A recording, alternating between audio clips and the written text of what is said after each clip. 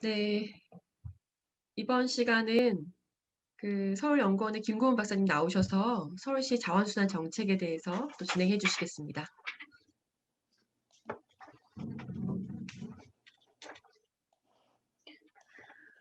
네, 안녕하세요. 서울연구원의 김고은입니다. 소리 잘 들리시나요?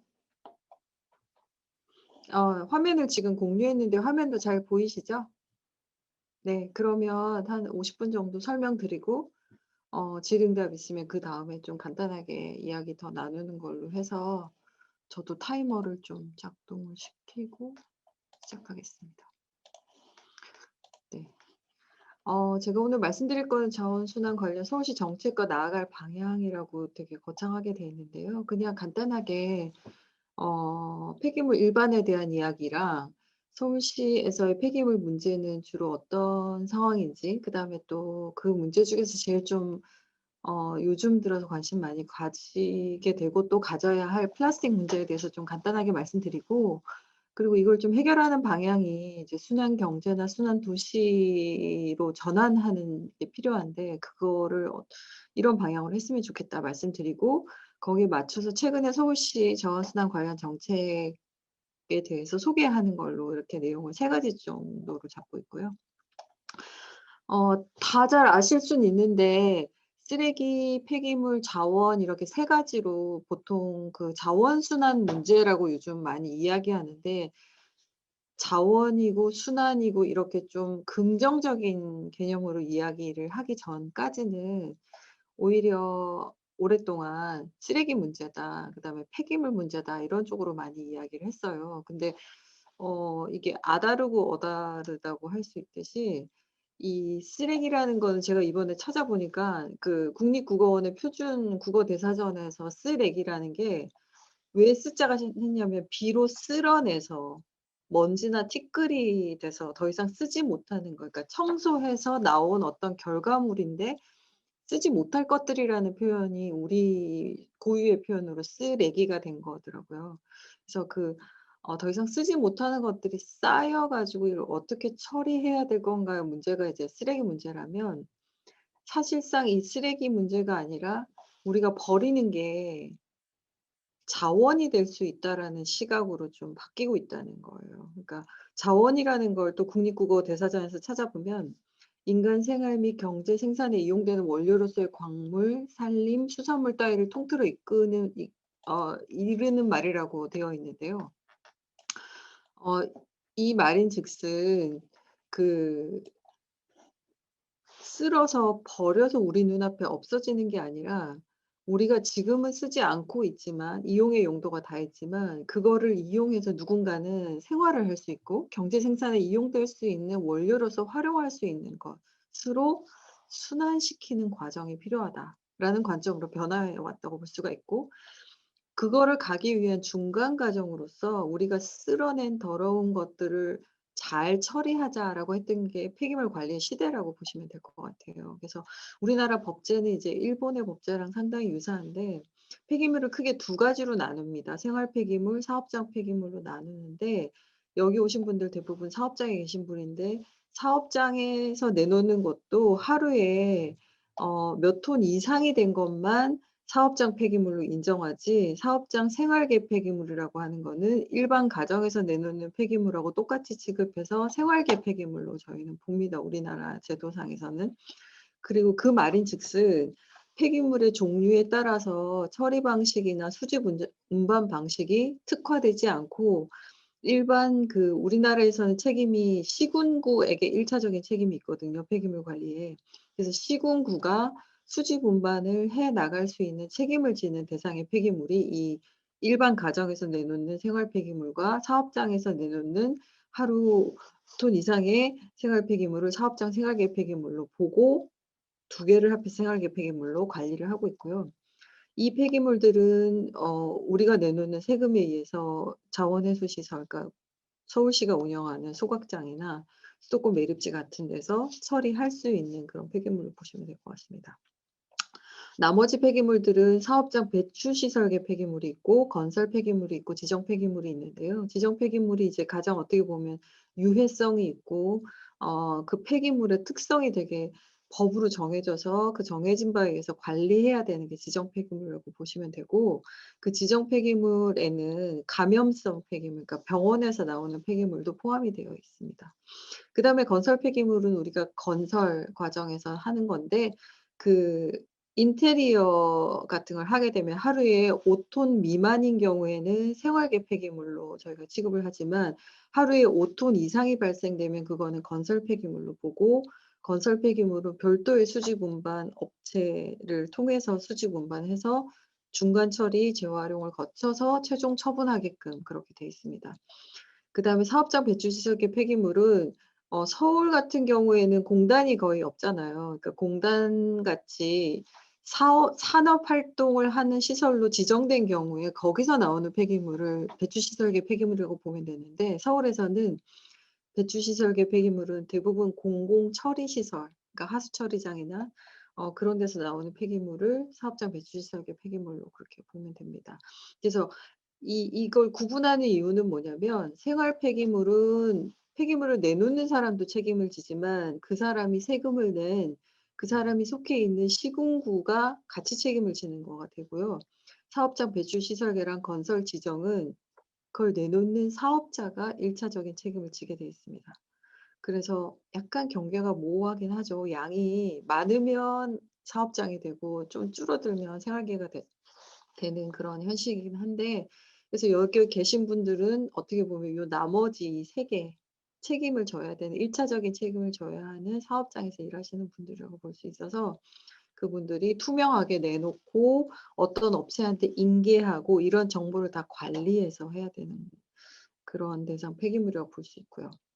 그래서 내놓은 거를 일단 어떻게 적정하게 잘 처리하느냐의 문제에서 지금은 사람의 생활이나 산업활동에서 나온 자원순환의 대상이 되는 폐기물을 최대한 발생한 다음에 처리하는 게 아니라 발생이 안 되게끔 억제하고 그거를 최대한 이용해서 순환시키는, 그러니까 우리가 한번 우리 경제나 사회계로 들어온 자원을, 이런 물질 있죠. 얘를 한번 쓴 다음에 얘를 그냥 쓰레기통에 넣어 가지고 태우거나 매립지로 보내는 게 아니라 얘를 최대한 우리의 사회 속에서 쓰는 과정을 하게 된다면 결론적으로 어떻게 되겠어요?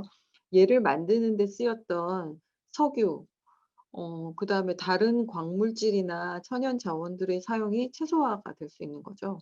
그러니까 쓰레기 양도 줄이고, 쓰레기 양뿐만 아니라 이 물건을 만드는 데 들어갔던 천연 자원의 사용을 최대한 줄이는 사회, 그게 자원순환 사회로 가는 그런 길이라고 볼 수가 있고, 쓰레기에서 폐기물을 거쳐서 자원순환으로 관점이 많이 바뀌었다, 이렇게 보시면 될 것 같고요.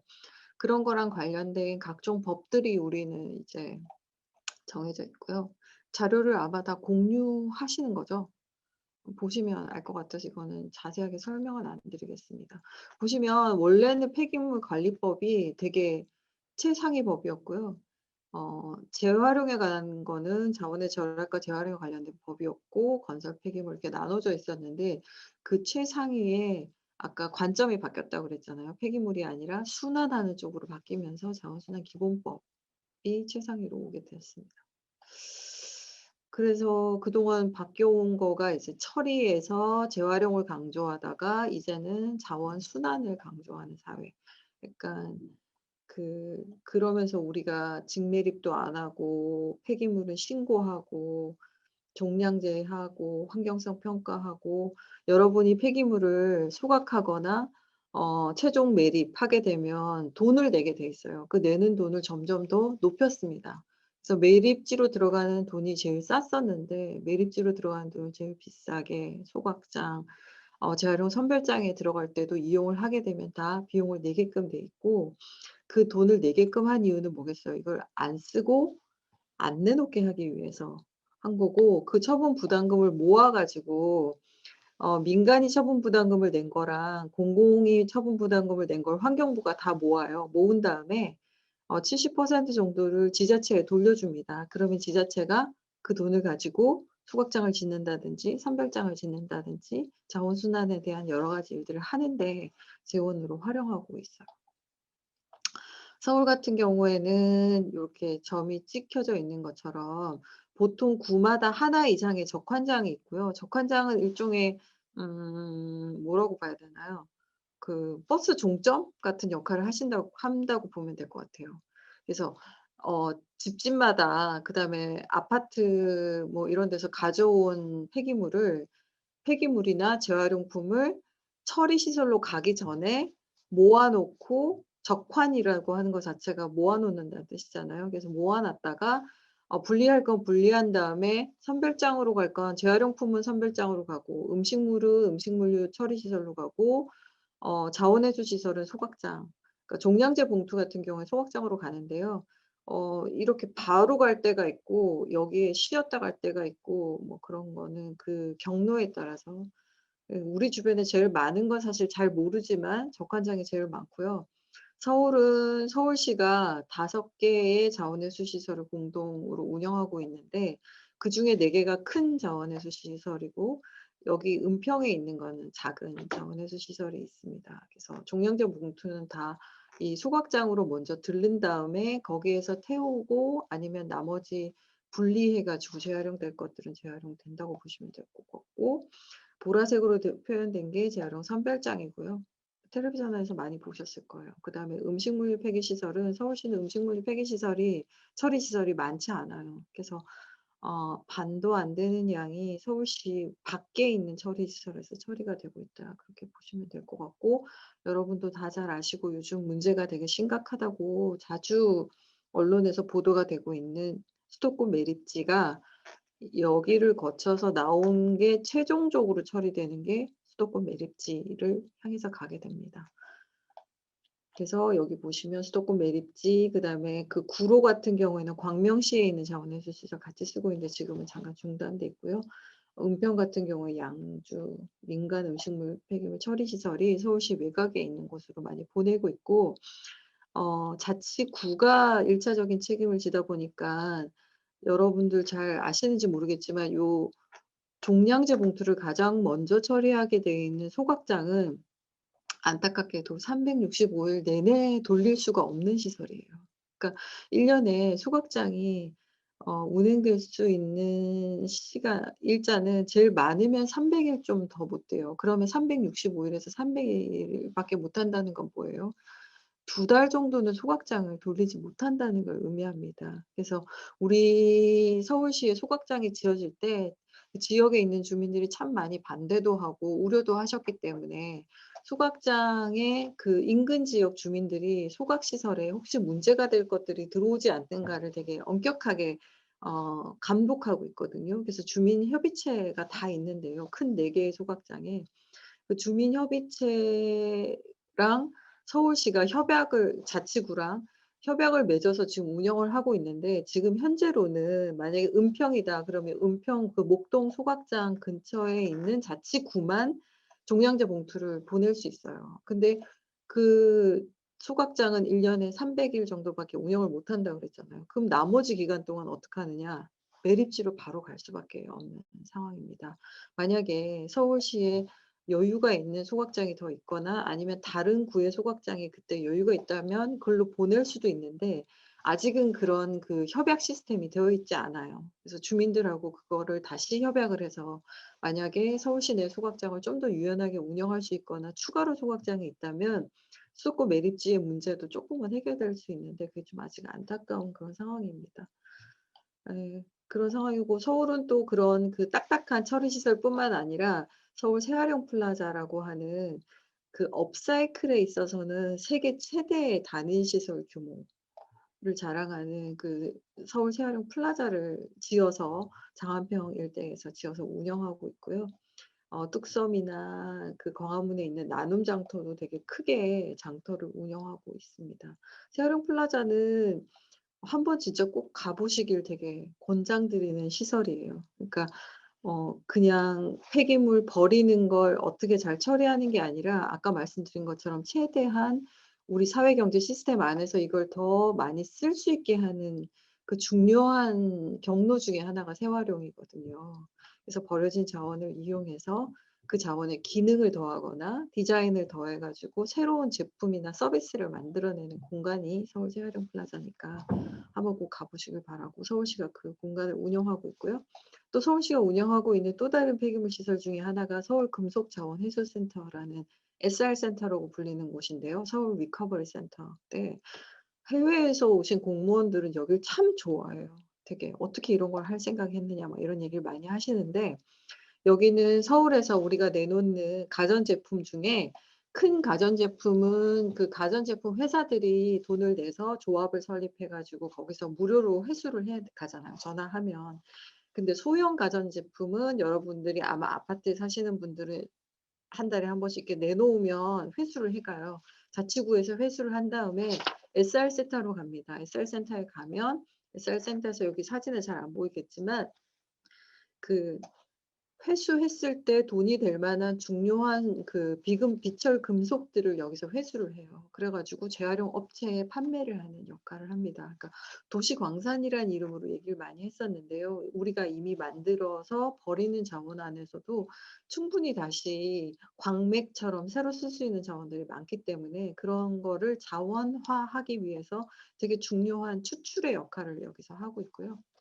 그리고 계속 연구를 하고 있어요. 우리가 내놓는 우리가 쓰는 소형 가전제품들이 자꾸 바뀌잖아요. 근데 걔를 어떻게 하면 잘 분해해서 자원을 다시 회수할까를 연구하는 곳이기도 합니다. 그리고 여기가 재활용 플라자랑 인근에 있거든요. 그래서 여기서 분리해서 내놓는 물품 중에서 재활용 플라자에 있는 입주 기업들이 그 물품을 가져다가 업사이클 제품으로 만들어내는 자원으로 또 소재로 이용하고 있기도 합니다.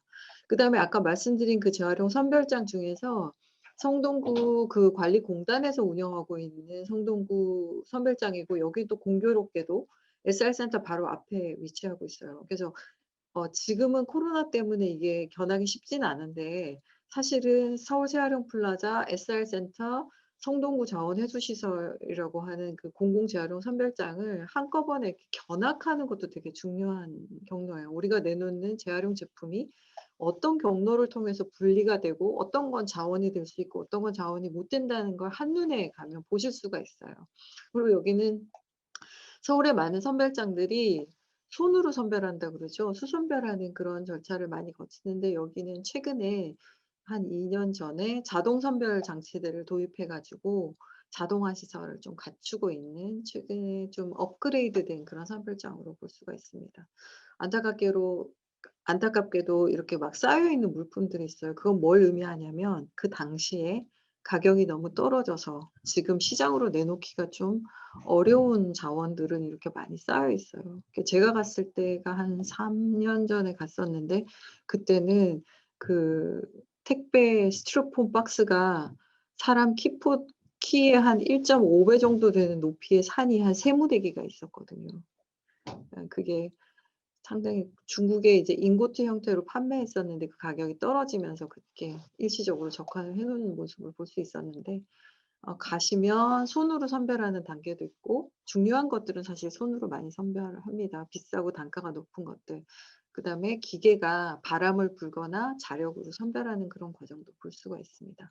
서울시 자치구 25개 자치구 중에 이런 선별장을 가지고 있는 자치구는 3분의 2 정도밖에 되지 않습니다. 나머지 자치구들은 그 경기도나 인천에 있는 업체와 계약을 해서 선별을 하고 있습니다.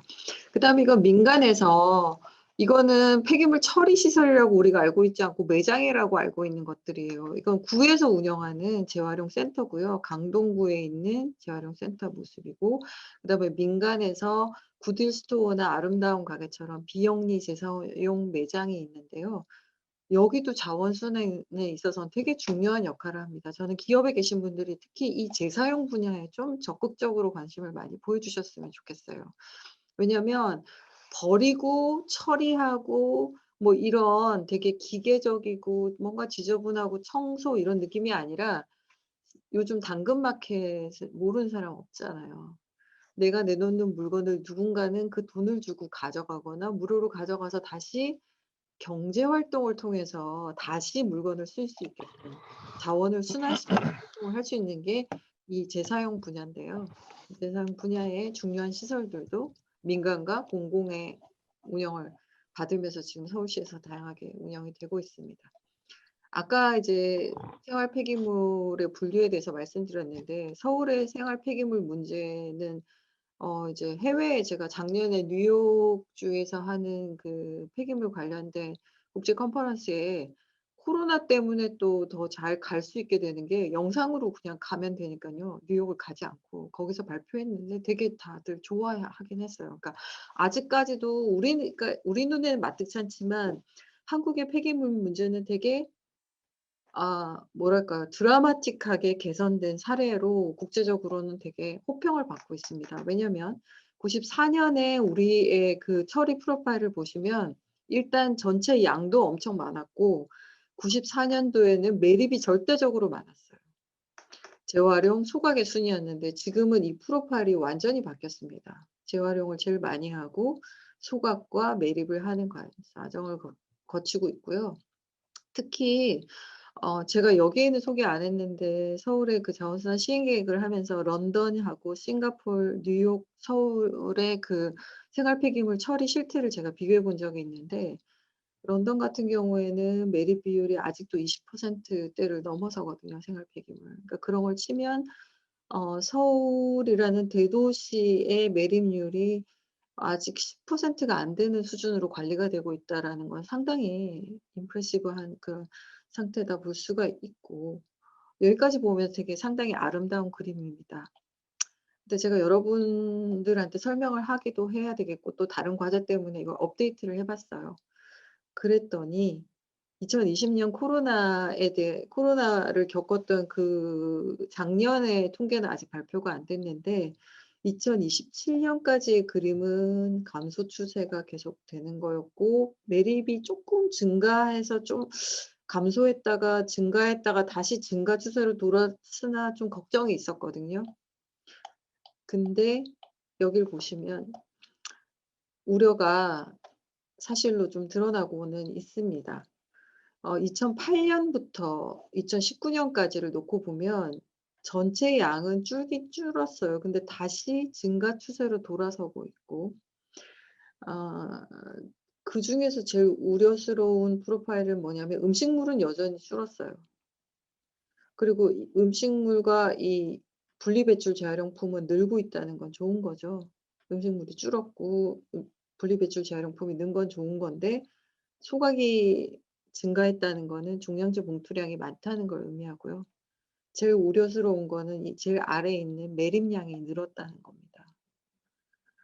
그래서 한 가지 원인은 저희가 추측하기로는 소각장의 그 연한이 오래되면서 소각 시설을 어 완전히 비우고 사용 못하는 기간이 점점 늘어나고 있기 때문에 그 기간 동안 매립지의 이용이 커졌기 때문에 그런 걸로 보고는 있습니다만 1인 가구라든지 그다음에 2016년 이후로 한국 사회의 폐기물 발생량이 프로파일이 완전히 바뀐 게 뭐냐면 집에서 내놓는 쓰레기 양보다 직장이라든지 그다음에 바깥 쇼핑몰이라든지 이런 공간에 가서 저희가 내놓는 양이 더 많아졌어요, 집에서 배출하는 양보다.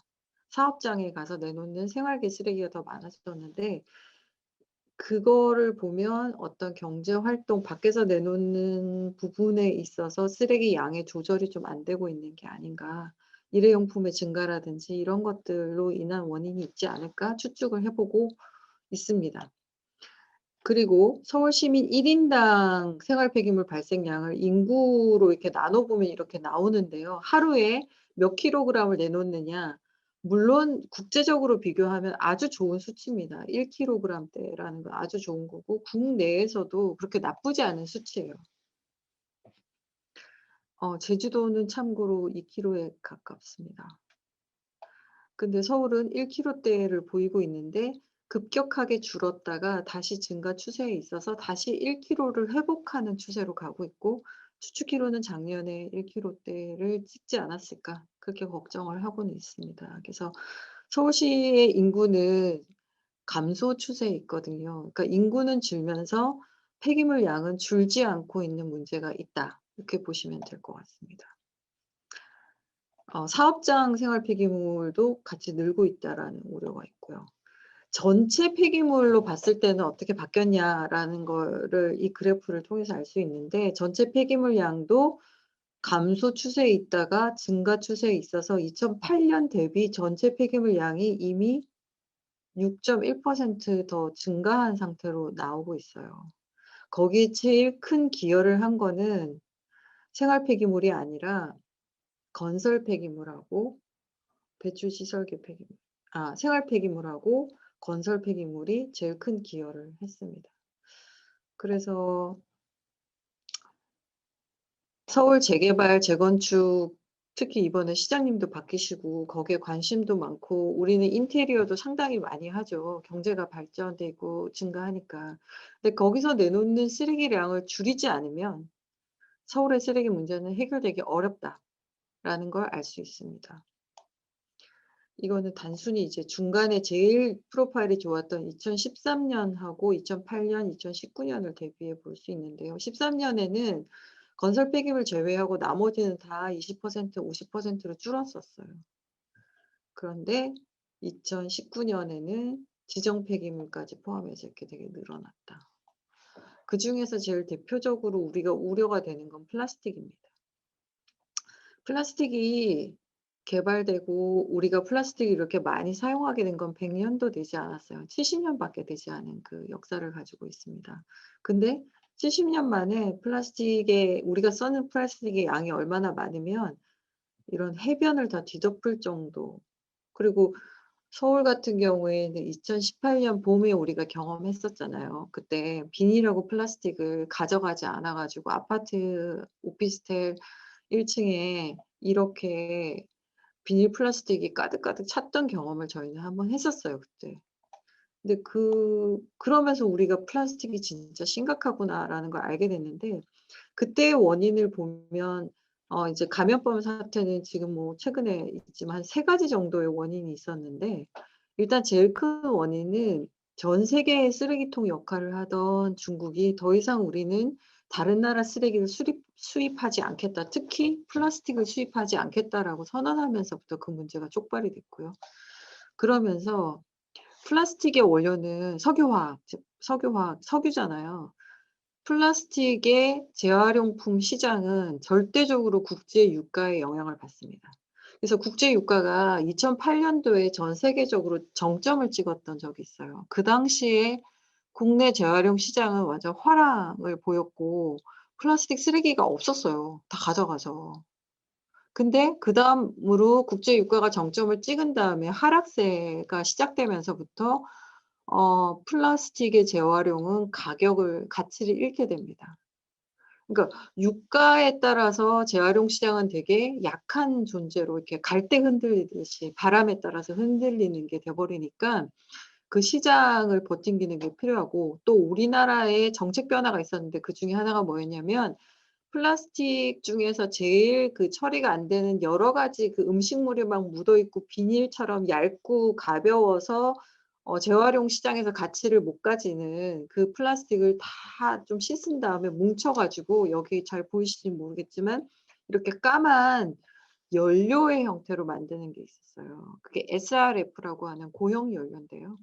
이 고형 연료를 태워서 에너지를 회수하는 정책을 한국 정부가 2000년대 중반 이후로 적극적으로 추진을 해 왔습니다.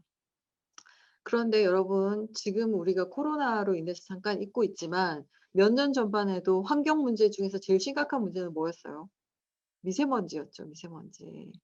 이 미세먼지에 대한 관심이 높아지면서 소각하는 시설에 대한 우려나 소각하는 시설에 대한 주민 반대가 되게 심각해지면서 환경부가 2017년, 우리가 이제 문제가 발생했던 2018년 봄 이전에 2017년에 새로운 정부가 들어서고 하면서 SRF 정책을 강화하게 돼요. 그럼 어떻게 되겠어요?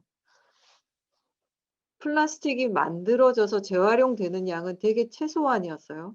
근데 이게 연료로 가거나 중국으로 가는 말단부가 다 막혀 버린 거예요. 그런 상황에서 우리는 플라스틱을 더 많이 내놓게 되는 거죠. 그러니까 중간에 있는 그걸 가져가는 수지 분반 업체가 우리 못 가져가겠다고 손을 번쩍 든 게 2018년 봄에 우리가 겪은 일이거든요. 그래서 요런 되게 경제적이고 국제 무역적인 요인에 의해서 플라스틱 문제는 우리는 한번 겪었는데 우리만 겪는 게 아니라는 게 더 걱정이라는 거예요. 플라스틱 문제는 이 바닥에 이런 것들이 쌓이는 거예요. 주로 어구가 제일 많긴 하지만 우리가 내놓는 많은 플라스틱 제품들이 한국은 일단 강에 말단부가 다 막혀 있어 하구가 한강을 제외한 하구가 다 막혀 있죠. 그래서 어느 정도는 걸러진다고는 하지만 태풍이나 홍수가 오거나 비가 많이 장마가 오게 되면 강에 있는 물들이 넘쳐서 바다로 흘러나가게 되고 그때 물만 가는 게 아니라 그 위를 둥둥 떠다니는 플라스틱 쓰레기들이 바다로 유입이 됩니다. 그런 애들이 들어가게 되면 플라스틱 컵, 백 이런 애들이 다 20년, 50년 동안 분해되지 않은 상태로 태평양을 빙빙 돌아다니게 돼서 태평양에 있는 하나의 섬처럼 큰 쓰레기섬이 만들어지는 거예요. 그러면 이런 바다 거북이라든지 해변가 모래사장의 플라스틱 양이 점점 늘어나게 되는 거죠. 이건 제가 하도 여기저기서 많이 보여드려서 이미 보신 분들도 많아요. 대추 한차라고 써져 있죠. 이게 어디서 발견됐느냐? 필리핀에 있는 해변에서 발견된 겁니다. 그러니까 한국에서만 문제가 아니라 우리가 내놓는 플라스틱이나 비닐류는 전 세계를 돌고 돈다. 얼마 전에 일본이 핵 폐기물 오염 방류수를 내보내겠다고 해서 문제가 됐는데 그 문제가 된 이유가 뭐겠어요? 태평양을 한 바퀴 돌아서 한국으로 물이 오니까 문제잖아요. 플라스틱은 쓰기는 쉽지만 언젠가는 인간 사회로 돌아와서 우리에게 이런 영향을 미치고 있고 한국의 해변에도 이렇게 많은 영향을 미치게 된다. 그동안 우리는 이렇게 정책도 발전시키고 재활용률도 전 세계에서 거의 2위예요. 탑2, 탑10 중에서 2위를 독일에 이어서 제일 상위권을 보이고 있지만 여전히 해결되지 않는 문제, 플라스틱 일회용 소비 늘어나는 문제, 바깥에서 소비가 늘어나는 문제, 이건 코로나 때문에 좀 줄어들었습니다만 숙박업이나 자원순환의 문제, 관광의 문제. 그러니까 우리가 집에서 쓰레기를 버릴 때랑 놀러 가서 쓰레기를 버릴 때를 한번 스스로 생각을 해 보시면 언제가 더 양이 많은지 아실 수 있을 거예요. 그래서 여행 간 사람들이 버리는 쓰레기 양들이 지금 제주도가 전국에서 가장 쓰레기가 많이 나오는 지자체가 되는데 큰 기여를 했다. 그렇게 보시면 될 것 같습니다. 그래서 이 문제를 해결하려면 뭘 해야 되느냐? 쓰고 만들어서 버리면 바로 쓰레기가 되는 선형 1차원적인 경제가 아니라 이게 이렇게 돌아오더라도 내보내지 않고 최대한 이 안에서 다시 돌려내는 게 순환 경제예요. 그리고 심지어 그걸 돌려내는 곳에서 이윤을 창출하고 일자리를 만들어야 되는 게 순환 경제입니다. 그래서 순환 경제를 통해서 재사용, 재제조, 재활용, 공유를 통해서 자원을 최대한 다시 쓸 수 있게끔 하는 체제로 만들어야겠다. 그게 순환 경제고 그 순환 경제에 대한 거는 SDG라고 들어보셨을 거예요. 지금 ESG 경영하시는 분들이 제일 큰 기준으로 삼고 있는 게 지속 가능 발전 목표인데 거기에 12번에 나오는 지속 가능한 소비 생산의 목표에서도 언급을 하고 있고 자원 순환의 피라미드라는 게 있습니다. 여기 오른쪽에 보시면 제일 우선적으로 해야 될 게 제일 위에가 있고 제일 나중에 고려해야 될 게 제일 밑에 내려가 있어요. 그래서 원천 감량, 아예 안 쓰는 것부터 시작해서 쓴다면 에너지도 많이 들고 더 높은 품질로 하기 어려운 재활용을 우선할 게 아니라 재사용, 재활용부터 먼저 해야 되고 그것도 안 되면 물질 재활용을 하고 그것도 안 되면 소각을 하되 에너지를 회수하는 방향으로 하고 그러고도 안 되는 거는 매립해야 된다라는 게 이 자원순환의 우선순위, 역 피라미드 모양이고요. 여기에 맞춰서 기업의 활동이 더 많아지고 시장이 많아지는 것 자체가 순환 경제의 마지막 그림이라고 볼 수가 있고 그걸 되게 주도적으로 하고 있는 게 유럽연합입니다. 그래서 유럽연합이 그리고 그 ESG 경영을 하게 되는 이유도 뭐냐면 유럽연합 같은 곳에서 순환경제 패키지를 발표를 하고 내부의 고용률을 증가시키고 법제화하는 것뿐만 아니라 이거를 일종의 무역 장벽처럼 쓰겠다고 했기 때문에 ESG 경영이 일종의 새로운 신규제에 대응하기 위한 경영 원칙이 돼 버린 거거든요. 그래서 순환 경제에 맞게끔 최대한 물건을 만들어내면 지금 프랑스 같은 국가에서는 이 물건이 "어떻게 폐기해야 됩니다."라고 우리는 이제 표시를 하죠. 뭐 "이거는 어떤 재활용이 가능한 물건으로 이루어졌습니다." 거기까지만 쓰는 게 아니라 "이 물건은 수리 가능합니다. 이 물건은 재사용 가능합니다."라고 했던 아까 자원 순환의 역 피라미드에 맞게끔 자원 순환성을 더 강조하는 제품 표시를 법제화하려고 하고 있습니다. 그리고 프랑스 같은 경우에는 지금 우리가 코오롱 같은 데서 레코드라고 하는 그 재활용 의류 브랜드를 만들었듯이 많은 업체에서 브랜드 가치를 위해서 미사용 재고를 소각 처리하고 있는데 그 소각 자체를 아예 금지하는 법안을 통과시켰어요. 그래서 미사용 재고는 최대한 재사용 분야로 흘러가게 하거나 자체 재사용하거나 물질 재활용하지 폐기하지 못하게끔 그렇게 법제화하고 있는 그런 것들. 그다음에 소비 수리가 가능하게끔.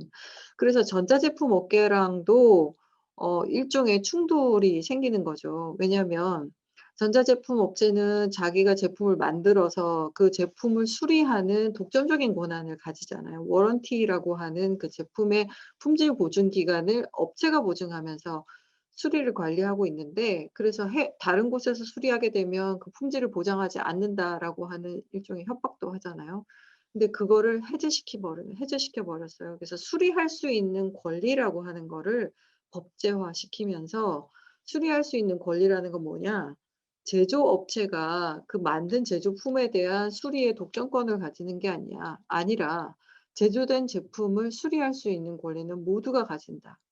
그렇다는 건 뭘 의미하는 거죠? 제품의 정보를 공개하고 수리하기 위해서 최대한 지원해야 될 역할을 업체에게도 부과한 것입니다. 그래서 그런 법제가 바뀌고 있다. 그리고 그런 바뀐 법안을 내부에만 적용하는 게 아니라 이후에 물건을 팔고 서비스를 팔려고 하는 업체에게도 무역 장벽처럼 적용할 그런 계획을 가지고 있다라고 볼 수가 있고 거기서 얘기하는 순환 경제는 크게 두 가지 트랙으로 운영이 됩니다. 한국에서의 순환 경제는 대부분 이 오른쪽에 파란색만 보고 있는데요. 파란색은 뭐냐면 썩지 않는 것들이에요. 왼쪽은 썩는 거. 그러니까 유기물, 무기물로 보시면 될 것 같아요. 보통 이런 물건들은 다 무기물이잖아요. 플라스틱으로 만들어져 있고 금속을 쓰고 이러는 건데 그런 물건만 공유하고 제품의 수명을 늘리고 수명을 늘린다는 건 뭐죠? 아까 말했던 수리랑 수선이 들어간 개념입니다. 그다음에 재사용하고 재 리디스트리뷰트 한다는 건 뭐냐면 제품 자체만 재사용하는 게 아니라 제품 안에서 일부는 뽑아내서 부품이라도 재사용하는 것까지도 포함되는 겁니다. 그래서 공장 안에서 여기서 나온 걸 분해해 가지고 그거를 다른 공정에 중고품을 사용할 수 있게끔 그런 걸 했고요. 리퍼비시나 매니팩처는 그 물건을 이용해서 새로운 제품을 제조하는 것들. 그다음에 물질 재활용을 포함시킨 거고 이거는 썩는 것들인데요. 우리는 음식물을 다 가져가 가지고 재활용 공장에서 처리하는 것만 하잖아요. 거기는 이걸 가지고 뭘 만들어내느냐.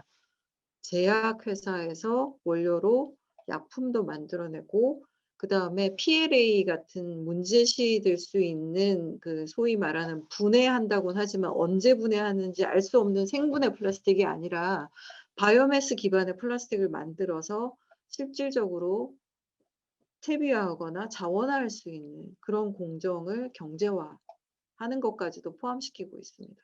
그래서 유기물의 순환 경제, 무기물의 순환 경제를 만드는 것. 그다음에 안 되면 바이오가스로 에너지화하는 과정까지도 만들고 있고 문제는 그거예요. 공공에서 이걸 언제 다 하냐는 거예요. 이 많은 과정을. 그래서 기업이 나서서 이 과정을 비즈니스화하는, 비즈니스 모델화하는 과정이 필요하다라는 게 이 개념에 들어가 있습니다. 그래서 투입되는 천연 자원 자체를 줄이고 이거를 최소화하는 경제 발전을 하게 돼 있고 그다음에 재사용, 장수명화, 장수명화는 아까 프롤롱 말하는 건데요. 제품을 최대한 오래 쓸 수 있다. 그럼 뭘 의미하겠어요? 뭐 먹고 살지 고민하는데 제품을 파는 게 아니라 서비스를 파는 쪽으로 비즈니스 모델을 달리 가져가야 된다는 거죠.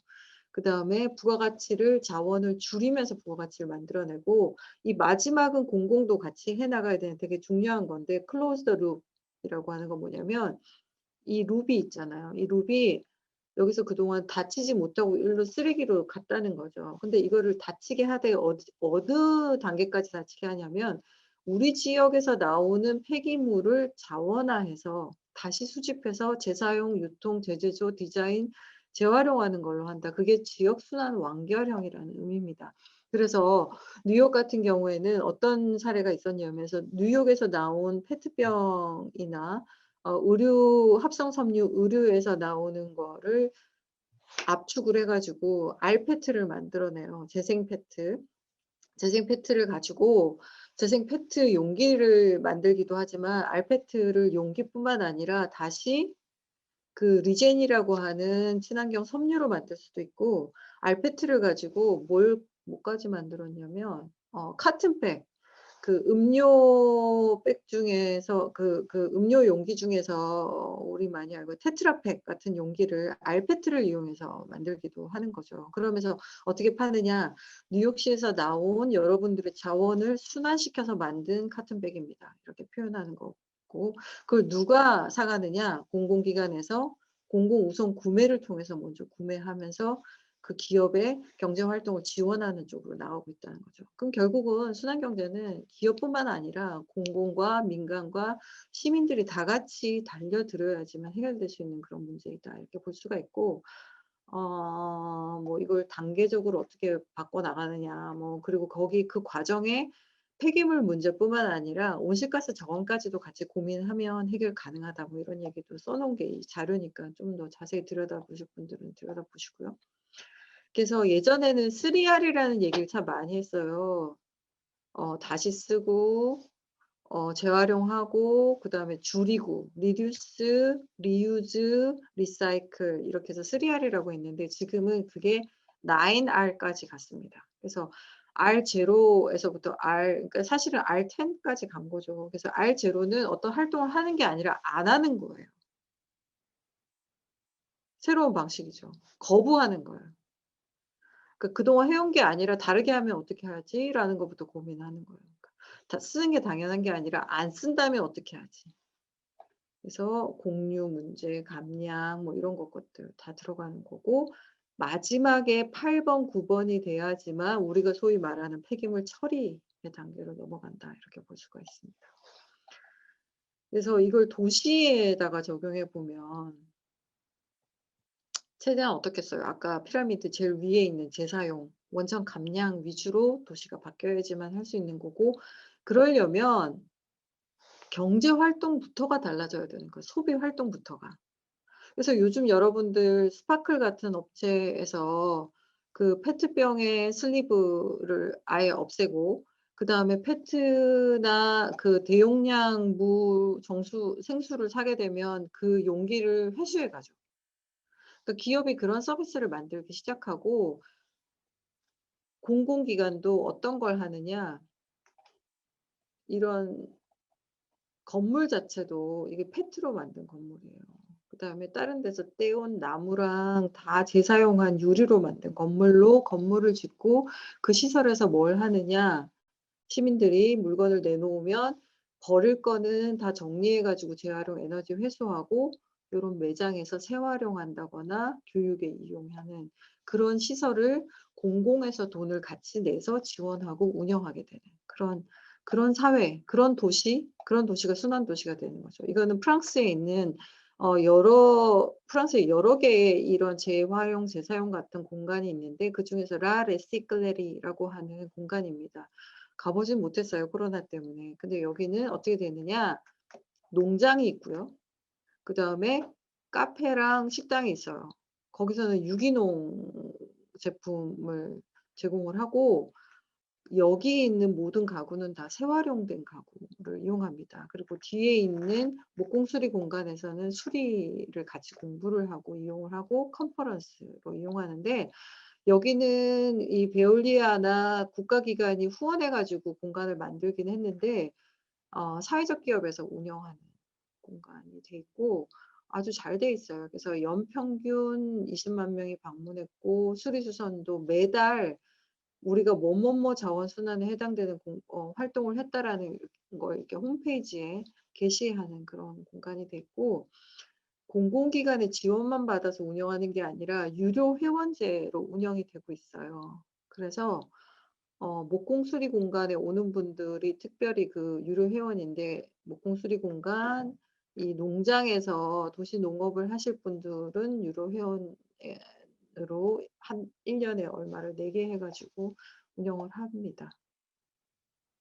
그러니까 내가 집에서 쓰레기만 잘 분리해서 버리고 우리 집만 어떻게 하는 게 아니라 자원순환 활동 자체가 여가 활동과 같이 녹아나 있게끔 그런 공간이 만들어지고 그런 공간이 운영된다. 그렇게 보실 수가 있고요. 타이머가 거의 5 분밖에 안 남았네요. 네. 그런데 되게 암울하지 않고 뒤에 여기 있는 건 제가 일일이 설명 안 드릴게요. 저희가 한 2년 전에 서울 시민 1,000 명을 대상으로 조사한 연구 결과인데 시민 설문 결과를 보면 시민들은 자원순환 문제에 대해서 되게 관심이 많아요. 그래서 기업이 그런 역할을 한다면 그 기업 이미지 제고에 충분히 좋은 기여가 있을 거라고 저는 생각합니다. 시민들이 자원순환 문제에 되게 관심이 많고 플라스틱 문제에 특히 관심이 많고요. 일회용 빨대나 이런 부분에 대해서도 관심이 많고 여기 보시면 문제 해결의 주제를 저희가 물어봤어요. 1 번은 중앙정부라고 얘기했고 심지어 서울시가 아니에요. 두 번째는 기업이라고 했어요. 시민들도 이 문제의 열쇠를 기업이 쥐고 있다라는 거에 대한 인식을 하고 있다. 그러면 어떻다는 의미예요? 기업에 대한 어떤 소비자 행동을 할 준비가 돼 있다라고 보시면 될 것 같습니다. 그래서 주민들의 그 자원순환 활동을 기업이 하게 되면 이미지를 제고할 수도 있지만 시민들은 되게 냉정한 눈으로 기업과 어 공공기관을 바라보고 있다라는 거를 알 수가 있고 우리가 할 수 있는 역할 중에 하나가 '일회용에 대한 걸 좀 중점적으로 하면 좋겠다.'라는 건 저의 제안이에요. 그래서 대체할 수 있는 거를 좀 많이 열심히 찾아봤으면 좋겠다는 거랑 여기 나오는 것처럼 최대한 재활용할 수 있게 요런 자판기, 역자판기 같은 걸 좀 더 많이 만들고 설치하고 운영하는 역할들 좀 했으면 좋겠다. 프랑스에서도 그런 걸 되게 열심히 하더라. 영국에도 있더라. 이런 얘기 말씀드리는 거고 마지막으로 한 3분 정도 서울시가 지금 2022 년까지 서울시 자원순환 시행 계획이라는 이름으로 생산, 재생, 소비 관리 단계까지 포괄하는 정책을 세워서 지금 운영을 하고 있는데 사실 생산, 재생, 소비는 민간 기업의 영역인데 공공의 역할은 한계가 많아요. 그럼에도 불구하고 최대한 경제 활동 대비 폐기물 양을 줄이고 재활용률은 높이고 매립률은 낮추는 쪽으로 목표를 세워서 열심히 하려고 하고 있고요. 그중에서도 여기 빨간색으로 표시해 놨는데 지금 서울시 자치구 중심으로 운영되고 있는 재활용 센터라고 있습니다. 재활용 센터를 좀 더 아름다운 모양으로 바꿔서 거기에 매장 재사용 매장을 좀 더 시민들이 와서 즐겁게 이용할 수 있는 공간으로 운영하면서 제로 웨이스트 매장도 집어넣고 그다음에 주민들이 아이스팩이라든지 뭐 추가로 재활용하고 싶은 물품들 있잖아요. 그다음에 아까 그 자판기 역회수 자판기 같은 걸 설치해서 운영해 가지고 여가 활동으로 자원순환 활동에 기여할 수 있는 그런 공간을 지금 시범 사업을 추진하고 있습니다. 그래서 아직 명칭이 원래는 리앤업사이클 플라자라고 불렸는데 서울시에서 재활용 센터로 바꿀까 뭐 이렇게 고민을 하고 있더라고요. 그래서 새로운 명칭이 만들어질 것 같은데 지금 내년이면 올해 중반 이후에는 아마 공사가 들어갈 것 같습니다. 5개 구에서. 그럼 내년 하반기면 그 공간들이 운영이 될 텐데요. 그 공간을 운영하는 역할, 거기에서 기업의 미사용 재고를 집어넣어서 주민들이 재사용 물건을 좀 더 즐겁게 살 수 있는 그런 역할을 하는 데 기업들이 많이 기여해 주셨으면 좋겠고요. 일회용품 사용 억제에 대해서도 서울시는 되게 열심히 하려고 하는데 좀 한계가 많습니다. 그래서 기업의 특히 유통기업의 역할들을 좀 많이 기대하고 있으니까 여기 또 생산기업들도 많이 와 계시네요. 그래서 생산기업 뿐만 아니라 유통기업이 서울에서 내놓는 일회용품이 좀 더 없게끔 생산 과정에서부터 유통 과정에 일회용품을 없애는 역할, 일회용품이 아니라 일회용 자체를 없애는 그런 데 좀 많이 기여해 주셨으면 좋겠다는 생각을 하고, 앞으로 아마 장기적으로 서울시는 이거를 좀 목표 관리제로 좀 가지 않을까 이런 생각은 있습니다. 그래서 지금은 MOU 형태로 가지만 향후에는 규제로 바뀔 가능성이 크니까 그전에 기업이 좀 더 적극적으로 역할을 해 주십사, 그렇게 부탁을 드립니다. 그리고 공공의 역할이 그다음에 있어요. 서울은 좀 더 많은 소각장과 재활용 선별장을 확충하는 데 더 열심히 노력을 할 거고요. 그다음에 시설만 만드는 게 아니라 원천 감량을 강조하는 정책을 하는 데도 좀 더 고민을 하고 진행을 할 거다. 그렇게 말씀드릴 수 있을 것 같아요. 재활용 플라자 아름다운 건물이니까 꼭 가 보시고요. 서울에서도 이런 거 만들 수 있을 것 같아요. 제주도에서 삼다수 만들었던 농심하고 효성하고 제주자치도가 이렇게 되돌림이라는 역할을 만들어 냈는데요. 서울에서도 이런 지역 순환 완결형의 좋은 모범 사례를 만들어 보는데 여러분들이 좀 더 큰 관심을 기울여 주셨으면 좋겠다. 그렇게 당부의 말씀드리면서 마치겠습니다.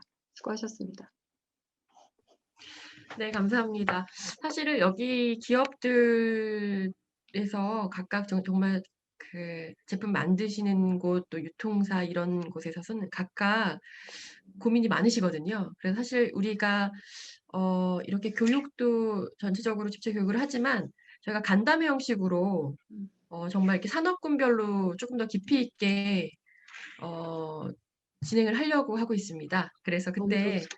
네네. 그러면 조금 더 이제 구체적으로 정책과 조금 맞춰서 실제 기업들이 할 수 있는 일에 대해서 이제 가이드가 좀 나와야 업무하실 때도 도움이 많이 되실 거거든요. 지금은 완전 그냥 소비자 관점에서 접촉하는 정보 위주로 하시다 보니까 오늘 그 강의가 되게 도움 많이 되셨을 것 같아요. 저희도 사실 김국 말씀님 그 자료들이 저희들 전체 체계 잡는 데 굉장히 도움이 많이 되고 있거든요. 그래서 이렇게 연구 쪽과 또 실제 산업과 또 정책들이 다 이렇게 연계가 돼야 뭔가 변화가 일어날 수 있으니까 또 오전에 그 김고은 박사님 전에 했던 임팩트 스퀘어에서 소셜 벤처 또 소개 많이 해주셨는데요. 그 소셜 벤처들에 대한 정보, 이게 봉사활동으로도 연계할 수 있고 다양하게 매출을 또 일으킬 수 있는 방법들이 참 많이 있으니까 우리가 서로 분절되어 있는 정보들이 지금 너무 많이 산재되어 있어서 그것들을 실제 케이스화하고 구체화, 이제 업무에 도움되실 수 있도록 그런 과정들을 계속 후속으로 만들도록 하겠습니다. 너무 감사한데 혹시 질문하실 분 있으실까요? 네네. 그 강의해 주신 사례들이 굉장히 재밌어 가지고 예, 다들 또 잘 들으셨을 것 같고요. 그리고 역시나 기업이나 또 우리 서울시 지자체 같은 데서 같이 협력을 해야지 어느 해법을 또 마련할 수 있겠구나 하는 걸 다시 한번 느끼게 됐고요. 예, 오늘 강의랑 진행 감사하게 생각합니다. 예, 고생 많으셨습니다. 네. 그럼 오늘 여기까지 진행을 하고요. 저희가 계속 다음 주까지 저희 강의 진행을 하고 하반기에 계속 연중으로 저희가 진행해야 될 캠페인 이것들 계속 좀 신청도 받고 있거든요. 그래서 각 지금 사업장 내 또 아니면 또 임직원 봉사활동으로 같이 이제 아이디어가 필요하신 분들은 연락 주시기 바랍니다. 네, 오늘 2시간 동안 또 집중해 주셔서 감사합니다. 수고하셨습니다. 네.